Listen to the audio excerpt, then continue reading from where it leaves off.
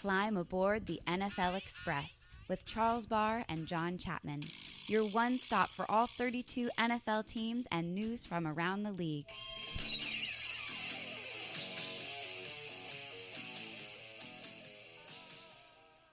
Dearly departed, we're here today to gather to discuss the injury of Jimmy Garoppolo. If you've been affected by this loss, you're going to want to tune in today. I'm here today with a very special guest, somebody who's been hurt by this tragedy more than others. Jonathan Chapman, how are you? It was great 3 minutes ago, man. Things are taking a downturn here. I'm just going to be really honest with you. Sorry, man. USOB. Oh, that's perfect. That was great. That was a surprise. For who? Who was that perfect for, Charles? Because it sure as hell wasn't perfect for me. No, it wasn't perfect for you. Listen, I'm really sorry about Jimmy G. I just want to say, I'm really sorry. I know what it's like, okay? This you is where can't we say have to... that when you're smiling. Do you understand how, unauthentic that is? You can't see me. You don't know if I'm I smiling. hear it. I hear it. Carson Wentz went down, and I thought my world was over, okay? Yeah, and how did I respond? I reassured you with Nick Foles' film. I just played you Bette Midler. You didn't do that for me. Bette Midler makes things worse. She doesn't help anything. Well, C.J. Beathard can be your Nick Foles, is all I'm saying. If you want him to be. If you let him be. Man, about that. All right, let's just jump into it, man. What is the outlook of the Niners? Should they trade for somebody? Should they stick with CJ? You're the GM of the Niners. What's the smart decision here? What do we do? I'm going to stay with what Kyle Shanahan said today. They are not interested at all in trading for a quarterback. They are staying with CJ Beathard and Nick Mullins, who I actually like a lot as the backup quarterback. Why would you trade whenever you already have your number one running back out? All four members of your secondary are also out. There's no reason to trade here. Yeah. You just tough it out through the year, man. That's what you got to do. Tough it out. Well, also another injury news, Rodney McLeod is out for the season for the Philadelphia Eagles. Just seems like, I don't know, seems like a lot of odd injuries this year. It's not like a lot of bang, bang, like where you see like, oh, God, that happened. But like McLeod's injury was just like, oh, he got hurt in that play? All right, he's done for the season. So definitely a step backwards. Any other injury news that we need to know about from this week 3?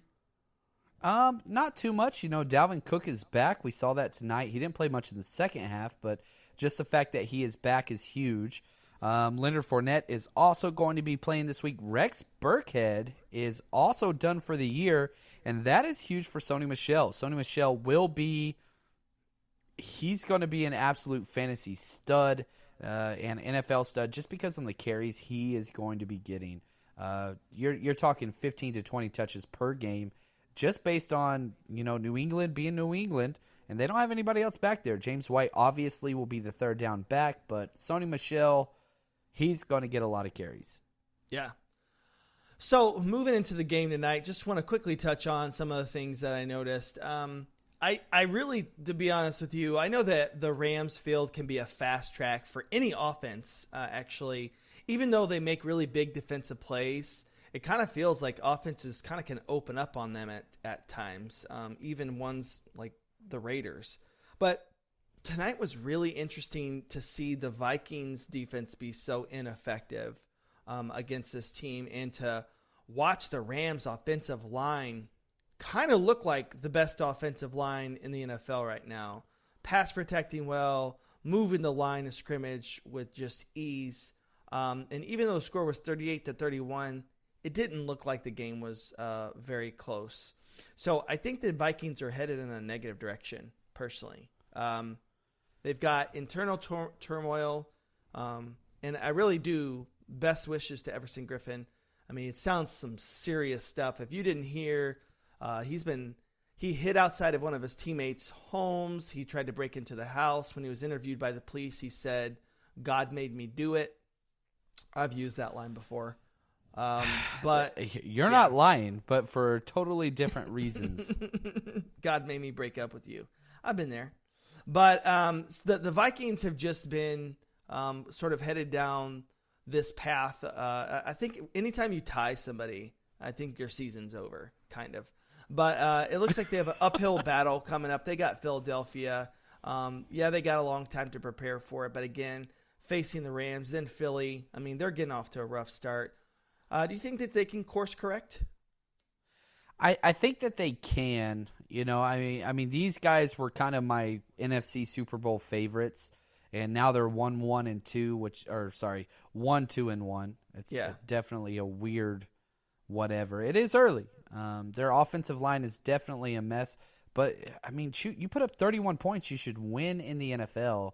The Rams, I think, are just that good. And I'd probably say the same thing about the Chiefs as well. The Rams and the Chiefs are just that good offensively that if you stop them, you should be happy. I don't think a lot of teams are going to stop either one of these two offenses, though.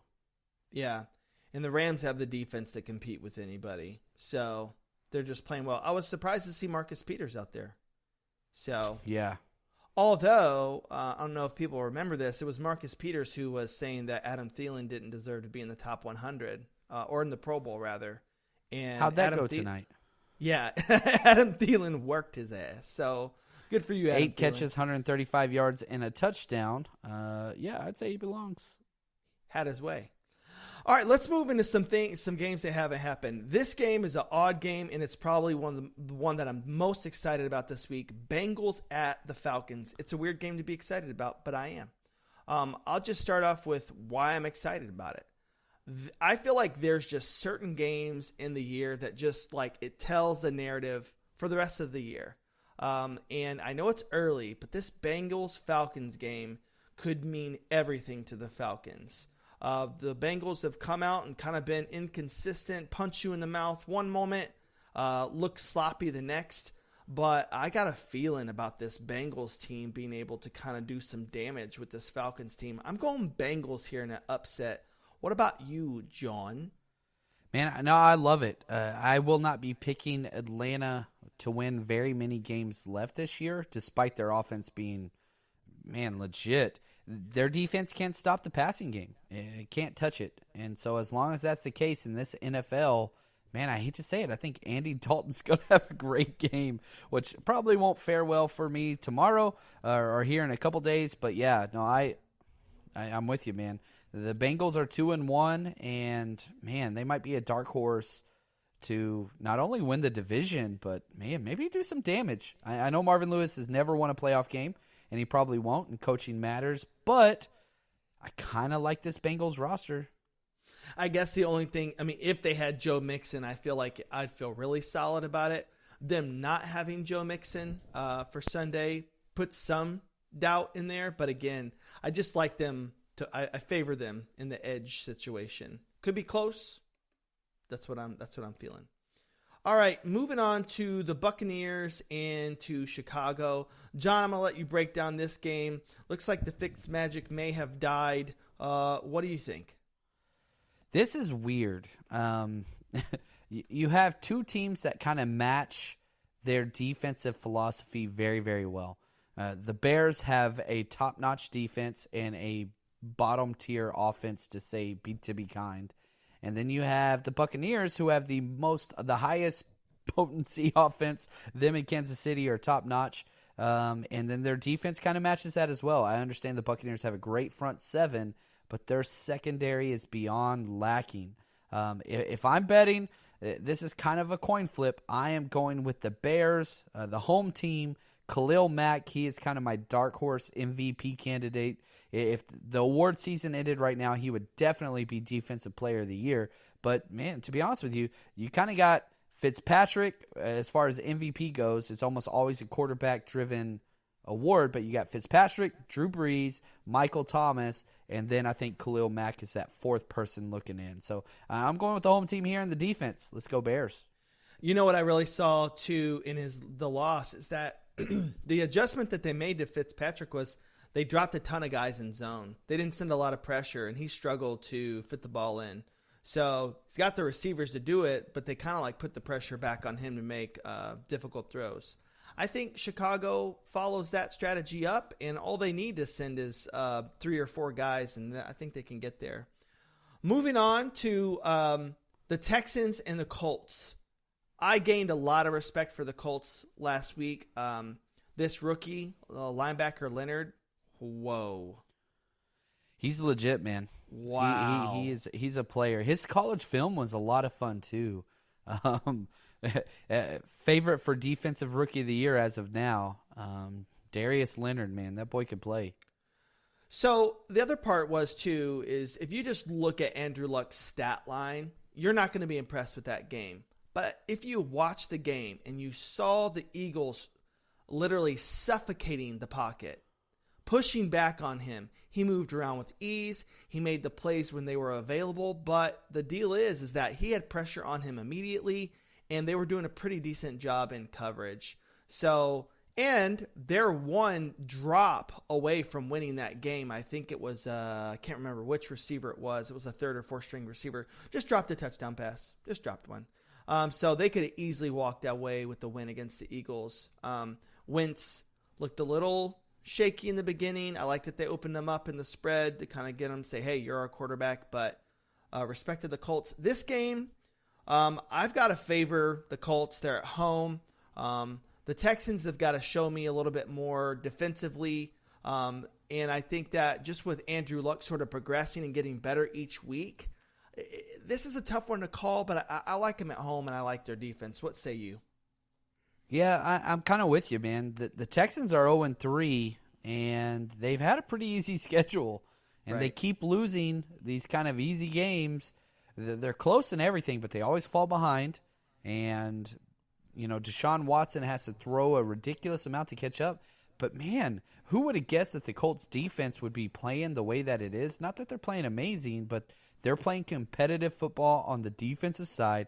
And as long as they do that, man, I'm 100% going with the Colts here. I really do think that they get this win. Houston, it's sad to say, but they're kind of in competition for that first overall pick. I think there's 5 teams that are fighting for that first overall pick backwards, and they're definitely one of those. So yeah. I'm going Colts here as well. I'm with you. Yep. All right, moving on to the Lions at the Cowboys. Now, what a completely backwards narrative from what was sort of being pitched about the Cowboys. But you and I called it earlier on. We knew that that offense was going to look completely different without Witten, without Dez. What did people expect? But still, the Cowboys were being touted as, a front runner at some level, and they're struggling. But they're also coming up against a Lions team that's not really playing great football either. I almost want to lean Dallas here just because it's at home. Also because I think Patricia is not a great coach. So, yeah, I'm going to favor the Cowboys here. I think Zeke eats this game. I think this is a 2-touchdown game for him, about 130 yards plus. So what are your thoughts here? Yeah, man, I think you read my fantasy football rankings for Eat Sleep Fantasy. I have Zeke as the number 1. Did you really? I didn't, no. Oh, okay. Not yet. I was like, that makes sense. Yeah, I have Zeke as my number 1 overall running back in fantasy. I think that this game is designed for the Cowboys to win. And the NFL is a matchup-driven league, and this is exactly scripted the way in which Dallas would win a football game. Going against a porous run defense and a high potent kind of offense passing game. But whenever you make Detroit one-dimensional, that's when things go bad. And so we saw with Detroit last week whenever they beat the Patriots. They jumped out early and they were able to run and pass. I don't think that's going to be the case here. I think that the Cowboys kind of jump out early and it's just going to be one of those kind of 17-13 type of a game. Yeah, I got Detroit winning here. Or I'm sorry, Dallas winning here. One similarity both of these teams have, if they have 2 superstar defensive players who are consistently injured, Sean Lee and Ansah. I mean, these guys don't stay on the field. You can expect each of these guys to miss half the season, really, every year. And when they're on the field, they make a difference. Yeah, and I'll say this is probably the first time in Sean Lee's career that the Cowboys are not dependent upon him. They actually have depth at the linebacker position. Sean Lee's going to be out for a while. I get that, but they actually are going to be okay. It's not going to cripple their defense. And that defense, man, who would have guessed the Cowboys' defense would be a top 5 defense, headed into Week 4? But I did say Rod Marinelli, he's insane. Yeah. Well, just for the record, I did say top 10. I didn't say top 5. They are a legit defense. I knew they'd be able to hang their hat on those pass rushers this year. Their corners are playing well. But here's the real question. Are you willing to bet against Josh Allen again at Green Bay? Yep, this is my pick of the week, man. Okay, tell me a little bit about it. Tell me. So here's the deal. That was just a weird, fluky game. There hasn't been a game with a 17 points or more point spread in Vegas in the past 20 years that Vegas got it wrong.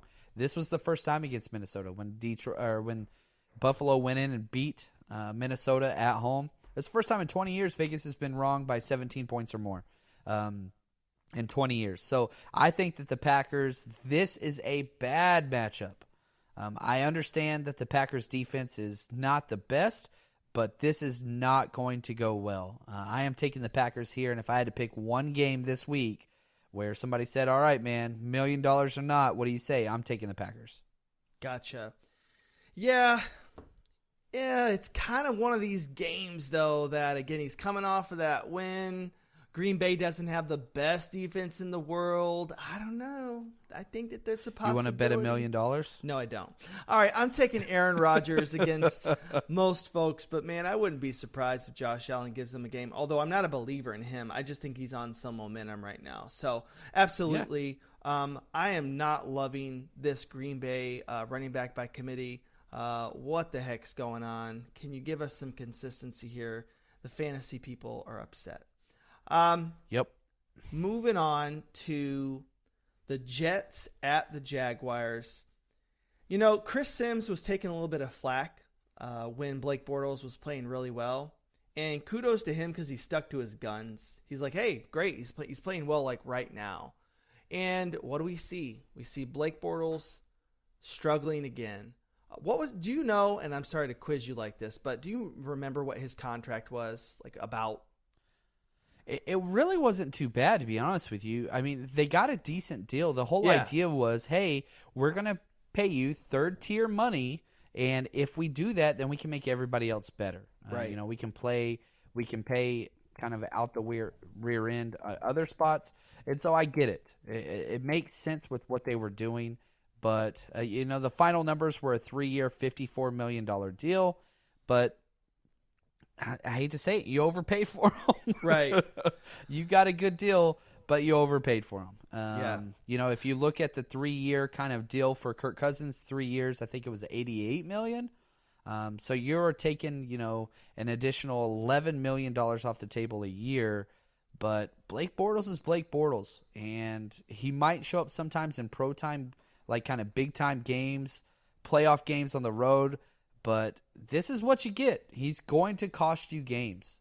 The only thing I can say for the Jaguars is if Leonard Fournette is playing, they are a top 5 team in the NFL. If they are not, it's a crapshoot. Right. So Leonard Fournette will be playing this week. They do get the win at home. I would hate to play the Jaguars after a loss. That's all I got to say.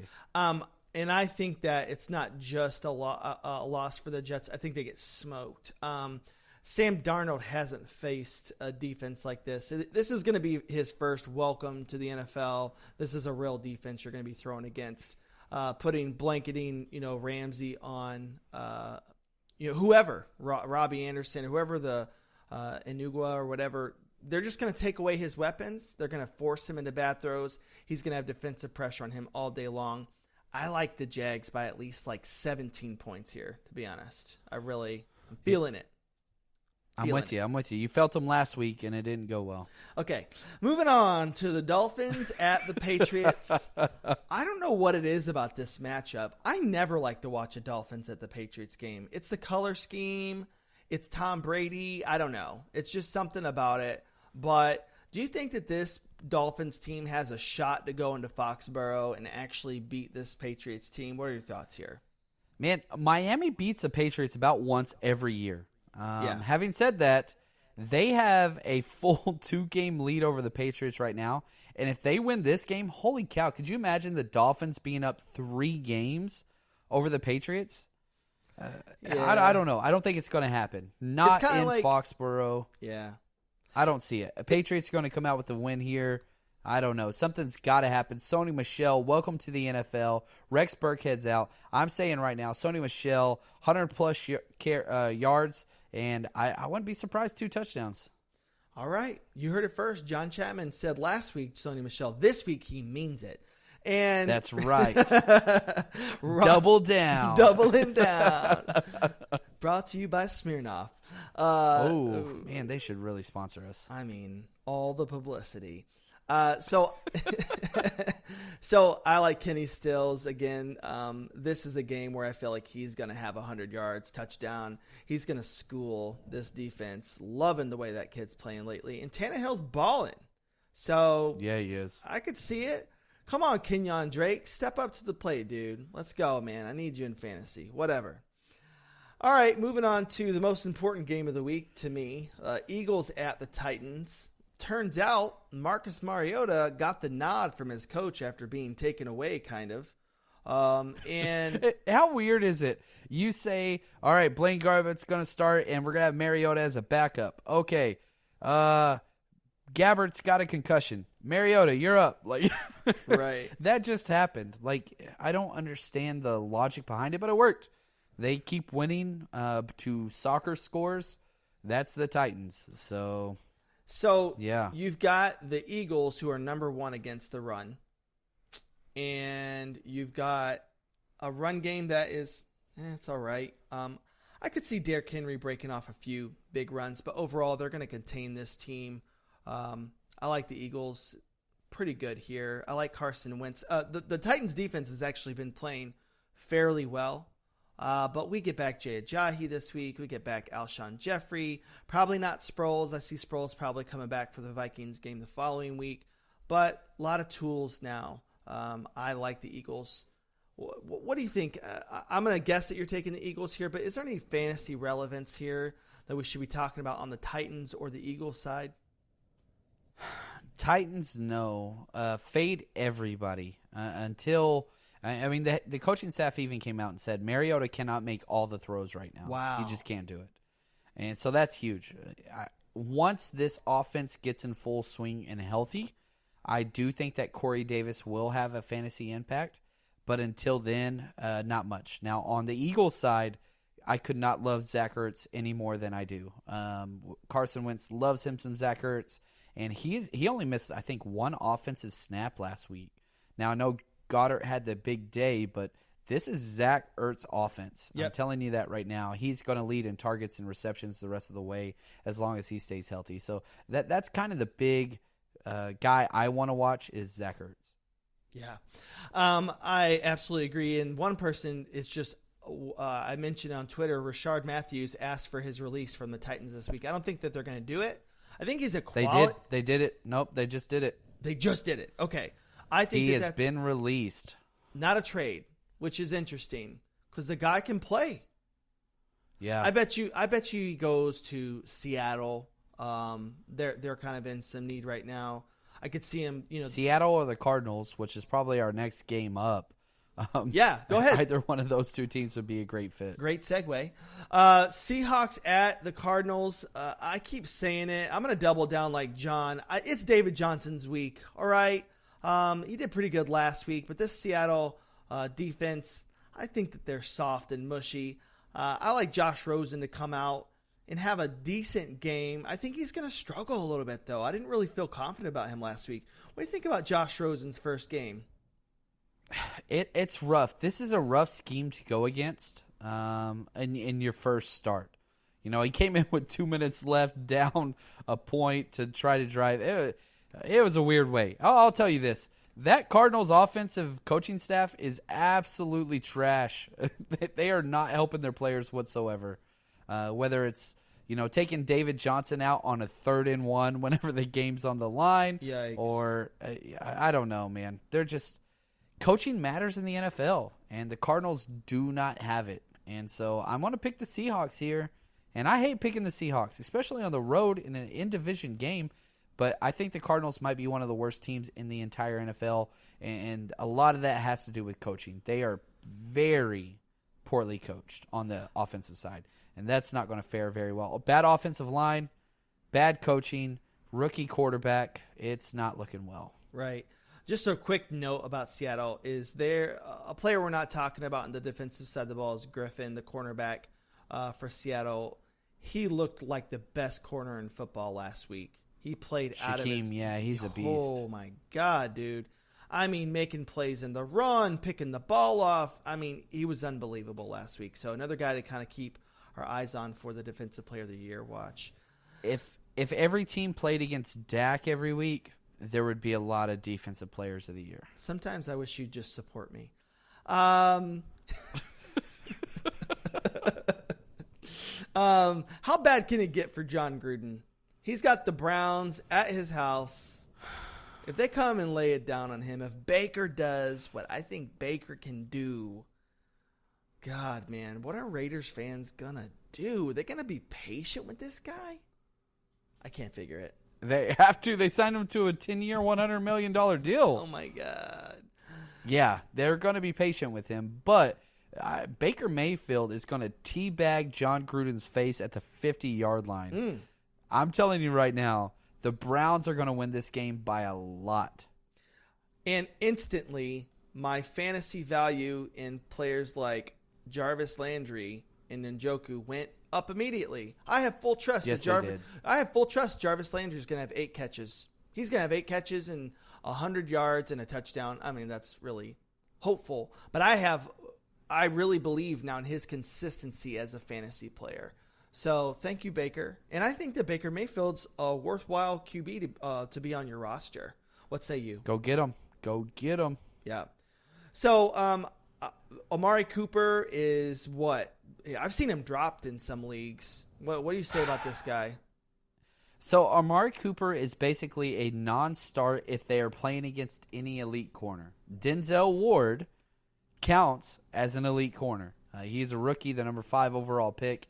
He has been playing absolutely insane. Even whenever he went up against Michael Thomas, he was blanketed all over Michael Thomas every single play, but Drew Brees and Michael Thomas, good quarterback play and good receivers can beat good corners. Amari Cooper is neither of those. Carr doesn't fit into that spectrum either. So I'm telling you right now, anytime that Amari Cooper plays against a legit corner, you got to fade him.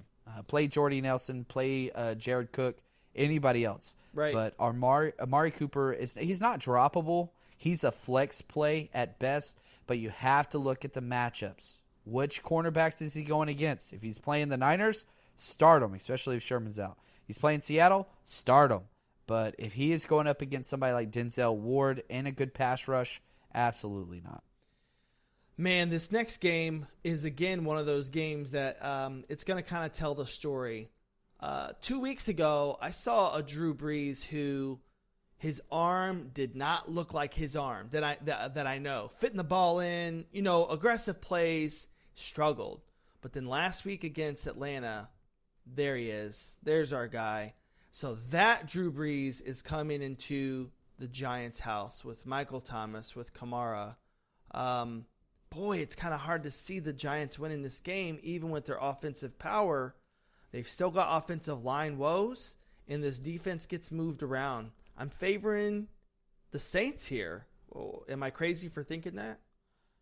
No, Saints win this by more than a touchdown. On the road, which I don't say very often.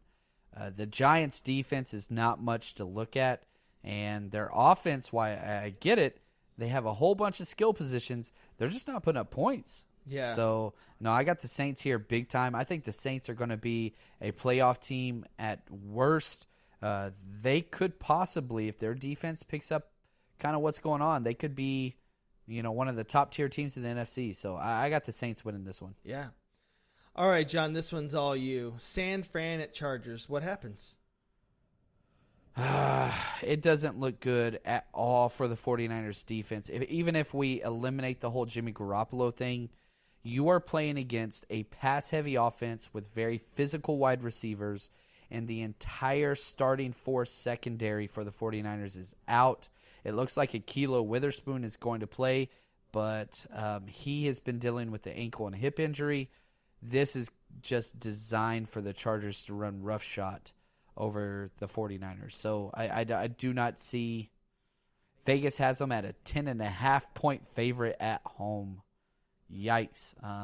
I think we'll cover the spread, the 49ers, but I don't think there's any way to beat the Chargers at home. Unless Phillip Rivers just goes on a big 3+ turnover game. Yeah. I don't see it. So is Keenan Allen going to show up to the NFL this year? Yeah, I think he is. He's been blanketed by the number one corners, and he has been kind of banged up a little bit. Okay. But Mike Williams, man, he's as advertised. I was just a year out. Yeah. That guy is for real. He is not far away from being the number one wide receiver on this team. That's how good he is playing. Do you have to fade? You're talking about like a comeback player of the NFL type amazing. Yeah. Do you have to fade Allen's overall? Let's talk about Dynasty Redraft for a second. Where do you put? No, because the target share is still going to be there. I have no problem trading kind of buy low with Keenan Allen. I have no problems with that. But one thing I will bring up that we haven't yet, kind of the two leading candidates for defensive rookie player of the year is Darius Leonard for the Colts, who we just talked about, and Derwin James. Holy cow, man. It doesn't take much to see how special this kid is. He is lights out. Man, look at that lights out with the Chargers reference. What's up, Sean Merritt? Yeah. Look at that. That's what I'm talking about. I did a good job on my podcast. Tell my friends about that. Also, Ray Lewis Award winner, Sean Merriman. Man, twofer. I retweeted a Ray Lewis clip today, and I thought John's going to be so mad at me. But it was when him. Oh, everybody tags me on those now. Anytime somebody finds a clip on Ray Lewis, they tag me in it. I don't know the mindset behind that, but I would it's funny. Slowly start to get scared that Ray Lewis is going to find out about this if I were you. What's he going to do? Stab me to death and throw away his jacket and cover up a murder and then pay my family lots of money so I won't testify against him, then get in the Hall of Fame again? Hey, listen. He only does double murder. He can't murder me twice. Bring it, Ray. Oh my Let's God. go. I will say a math problem and then walk away slowly because you will be confused. Or just hang a picture of Jesus around your neck. It may deter him for a few minutes. Oh, Jesus. Yeah, there we go. Ray Lewis. Oh, I'm going to talk about your team. Ravens at the Steelers. Yes. Bro, that is what I'm talking about. That's divine intervention if there ever was one. There you go. So, yeah, I there's a few kind of core tenets in the NFL that I try to follow, and one of them is Ben Roethlisberger at home. You bet on him. Yeah, he's good. It's just what it is. Again, another Ray Lewis Award winner. But when he is at home, for some reason, he plays very, very well. I do like the way that Joe Flacco has looked all year, but I'm going Steelers here. For sure. And I think that the Ravens' defense is, going to give them some fits here and there, but overall, I think that Juju and Antonio Brown, these guys, they're just kind of like coverage busters, right? No matter how you scheme against them, they kind of just work their way through it. So you can scheme against this team and they still beat you, even though, they figured out a way to kind of double cover you through this zone, whatever. But that's what they bring to the table. And I will say this as well. Sorry. Yep. I didn't mean to cut you off there. Go ahead. Le'Veon Bell will be traded this week. You think so? I do. I'm saying yes. Before Sunday or after? Oh, no. I'm saying before Sunday next week. So I want 9 days. Oh, is where I think he'll be traded. I'll tell you where he's going, too. You tell me. Where's he going? He's going to the Jets. You want me to go first? Same time? What are we doing? What's that? He's going to the Jets. You say Jets, I'm saying Tampa Bay. Oh, man. No. Mm-mm. Who are they going to give up? What are they going to give up? It'd be draft pick consideration. Or a linebacker. Man, gosh, the linebacker would be key. That's what the Steelers need. Boy, I can't even imagine, though. What a cool boost of energy, though, to the Jets organization to have Le'Veon Bell back there behind Sam Darnold. That'd be really cool. All right, moving on. Yep. Last game. Chiefs at the Broncos. Here's the deal. I've really been thinking about this Andy Reid. He's reinvented himself a few different times, and good for him. Glad for him. He'll probably never win a Super Bowl still. But he finally found a quarterback who, not just a quarterback, he found pieces that really fit this West Coast offense. He's got a quarterback with the arm talent and the power to stretch the field, to fit the ball in, to get it out quickly to the wings, to these speed players. And then he's got so much speed crossing the field, and then behind that, a power run game. It's like everything he ever needed to make his offensive work. He has all those pieces, and they're very young. Who knows what they can do, really? I mean, I feel like this point moving forward, Andy Reid through the draft is going to build on his defense, which he needs to do. But Kelsey, Sammy Watkins, who I'm not a huge fan of still, I'll say it. I know he's got talent. I don't believe in his consistency. Cheetah, who I do believe in. Conley, who's like just a nice, solid receiver, nothing flashy. And Kareem Hunt.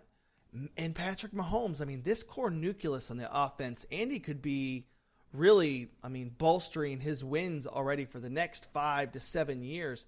But I still don't believe in this team in the long run towards the end of the season. I don't know why that is.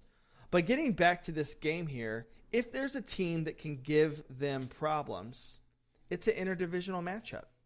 Yep, on the road. On the road, at Mile High. So here's what I'm trying to say to you, John. I'm trying to say Patrick Mahomes, his whole dream story, it stops right here Monday night at 8:15, a Mile High. I think he's still going to have good stats, but they're going to lose this game is what I'm predicting. What do you think? Dang. No, I had the same freaking thing. Sorry, man. Your rant was probably better than mine. It was. So, that's yours. But, no, I'm picking the Broncos as well. Dang, that was really good, Charles. Hey, I'm impressed. Hey, thank you. But I like Royce Freeman and Lindsey both to have good games. I like the power game that they got with Freeman, man. He's not afraid. He'll bully middle linebackers, and I'm loving the way he runs. He just isn't getting the volume that I would love for the flex play I have him at. But Demaryius Thomas, I think, could have himself a game. I know Sanders has been getting the lion's share of targets, but it's DT time, I think. So, any other guys? The 32nd worst defense, the Kansas City Chiefs. It's bad. Their defense is bad. Until Eric Berry comes back, every single game they are in is going to be a shootout. Yep. Every game. Any other fantasy relevance within these two teams that we should be talking about? No, I love, both of the running backs. I got a couple tournament plays for daily fantasy DFS with FanDuel that I'm going to play Phillip Lindsay in one and Royce Freeman in another because one of those guys is going to hit. They love the hot hand approach, and I'm telling you right now, one of those two guys is going to be hitting this week because that run defense for the Chiefs is terrible, and I think if the Broncos can stay close through the first quarter, this is going to be a nail-biter. The key is if the Chiefs jump out early, they do not have the offense, the Broncos, to keep up. So it's got to be close early, and if that's the case, man, that run game is going to be key. His name is Von, and he's going to do the damn thing. I like him for a strip sack and more. I think that, again, their ability to get to the quarterback with limited people coming, I think it's going to be a problem.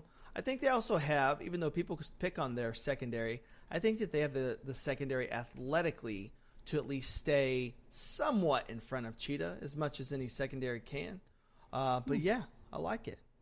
So, this has been Week 4 summary. Hit us up, man, on Twitter, NFL Express Pod, JL_Chapman, best Twitter handle in the game, and at host Chuck B. Hit us up with any questions, any comments, anybody you want to assign Ray Lewis Award winner. We'd be more than happy to bring that up in the following week and discuss each player's moral compass. So, choo-choo, we out this thing.